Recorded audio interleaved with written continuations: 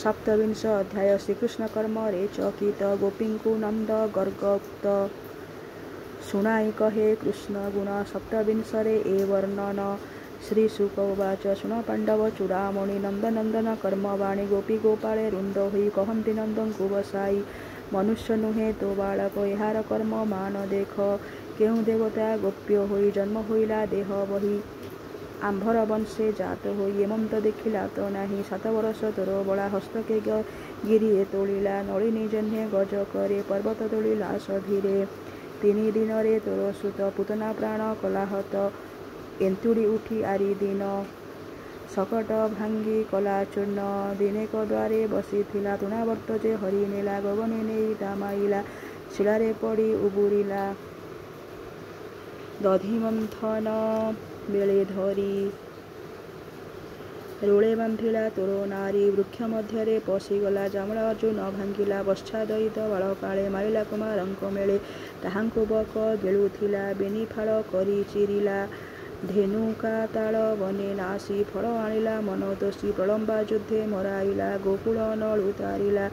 जाणुना काली यार कथा केतारे अछि सामर्था हेले गंजिला तार बल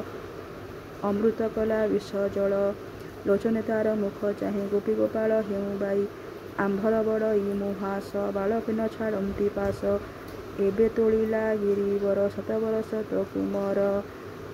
आंभे पाइलु मने शंका नंद तु गोपे थाउ एका किए असुर तोर कोले आंभकु गिली बसे हेले पलाई जीवु तोर पुरु तोर सुतकु आंभे डरु नंद बोइला ताहा शुणे गोपवचन परिमाणे शुण सकल गोपजन गर्गाचार्यंक वचन पुत्रक नाम कर्म काले मोते कहिले एक मेले बोइले तोर पुत्र कथा जानाई जन्मर बारताए 4 जुगे 4 वर्ण शुक्ल शुणित पीत श्याम पूर्व वसुदेव घरे जन्मिला देव की उदरे एहार नाम वसुदेव विदित बोलंती साधव एहार नाम गुण जेते मोहि जानई जोग मते गोकुल तारी बये भले सुखे वंचिब एहा तुले पूर्वे साधवे दुष्ट भये तरिले एहा पाद ध्याये एहार पादे प्रीति करी हेले तरिले भवबारी हे नंद शुण सावधान मनुष्य नहे तो नंदन देख एहार वर्ण चिन्ह प्रत्यक्ष विष्णुर समान एमंत कही गले मुनि ताहांक वाक्य शिरे घेनी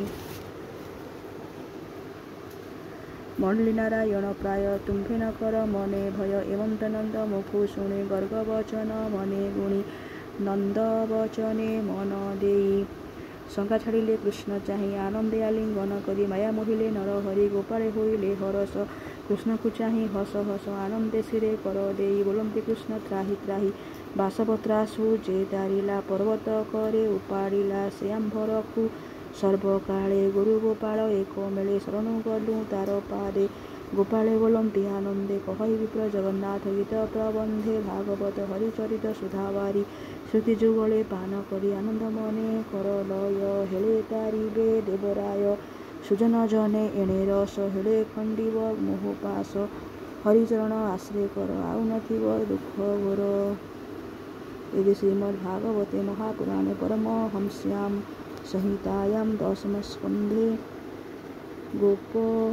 शंका खंडनम नाम 27 अध्यायः।